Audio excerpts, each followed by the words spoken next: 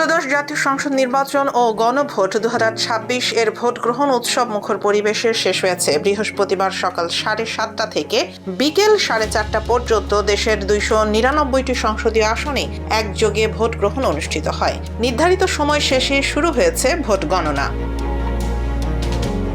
সারা দেশে মোটের ওপর শান্তিপূর্ণ পরিবেশে ভোট সম্পন্ন হলেও বিচ্ছিন্ন কয়েকটি সহিংস ঘটনার খবর পাওয়া গেছে।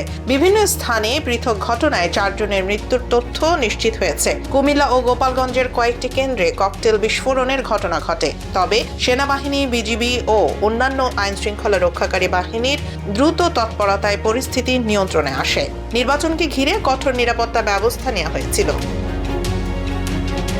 জুলাই গণ অভ্যুত্থানে আওয়ামী লীগ সরকারের পতনের 1.5 বছর পর একটি নির্বাচিত সরকার প্রতিষ্ঠার লক্ষ্যে অনুষ্ঠিত হলো এই ভোট। সংসদ নির্বাচনের পাশাপাশি গণভোটে সংবিধানের মৌলিক সংস্কার প্রস্তাবে হ্যাঁ ও না ভোট দেন নাগরিকরা। হ্যাঁ জয়ী হলে শুরু হবে সংবিধান সংস্কারের প্রক্রিয়া।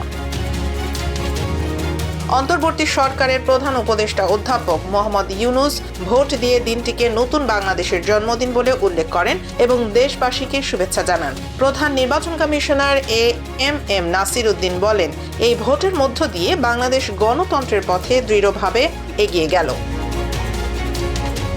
বিএনপি, জামায়াতে ইসলামী ও অন্যান্য রাজনৈতিক দলের নেতারাও ভোট দিয়ে জয়ের ব্যাপারে আশাবাদ ব্যক্ত করেন। তারা বলেন, নির্বাচন যদি নিরপেক্ষ ও গ্রহণযোগ্য হয় তবে ফলাফল মেনে নেওয়া হবে।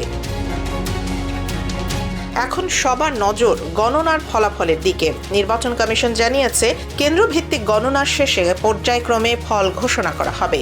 দেশের রাজনৈতিক ভবিষ্যৎ নির্ধারণে গুরুত্বপূর্ণ এই নির্বাচনের চূড়ান্ত ফলাফলের অপেক্ষায় পুরো জাতি।